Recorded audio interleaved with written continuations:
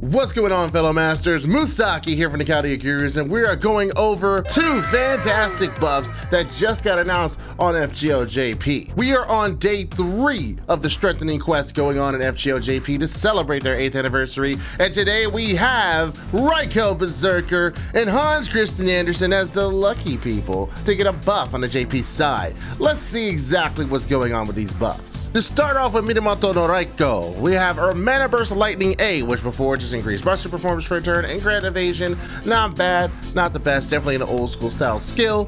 Very good for the time, not so much now. That turns into Thunder God's Manifestation A+, which increases the buster performance for 3 turns instead of 1 turn. Still keeping that evasion there, but also adds a 20 to 30% MP battery skill on top of it. So very nice, a very good skill indeed, because now you can use that evasion for the turn if you need it and still have 2 other turns for the buster performance up.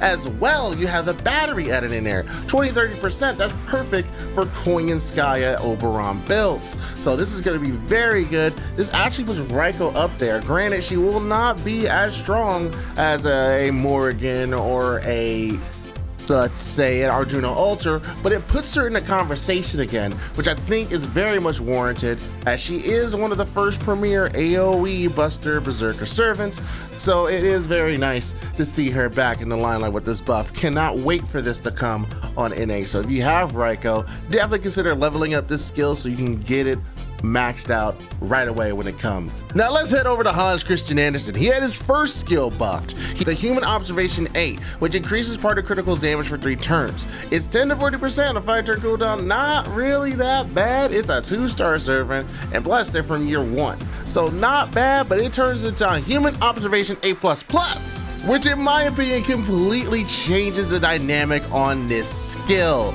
kind of absurdly. So we increased the party critical damage for 3 turns, 20 to 50% now, instead of 10 to 40%. And as well, increase star generation rate of all allies with a good alignment for 3 turns. Increase MP generation rate of all allies with a balanced alignment for 3 turns.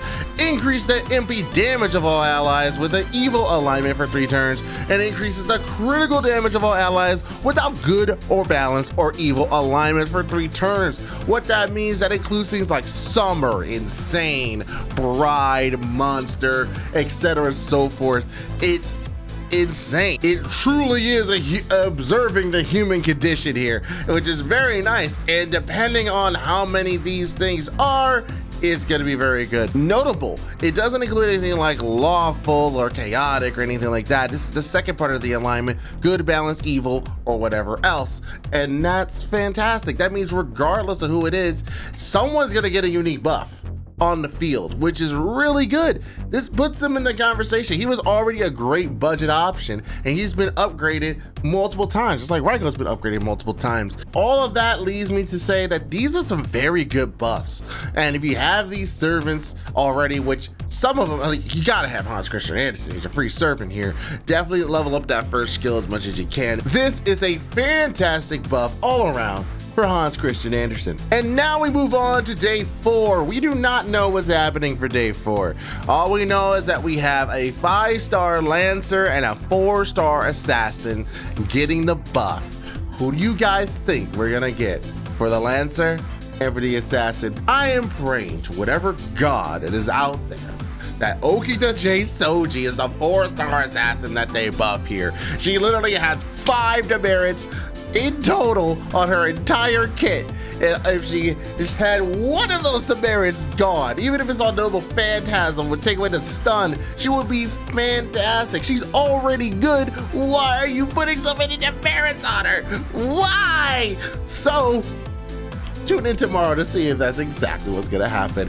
I wanna know what you guys think. What 5-star Lancers do you wanna see get a buff? What 4-star Assassins do you wanna get a buff? And why is it Okita J Soji? If it's not, we're gonna be having a conversation down in the comments below. But we'll find out tomorrow. So I'll see you lovely masters next time. Later.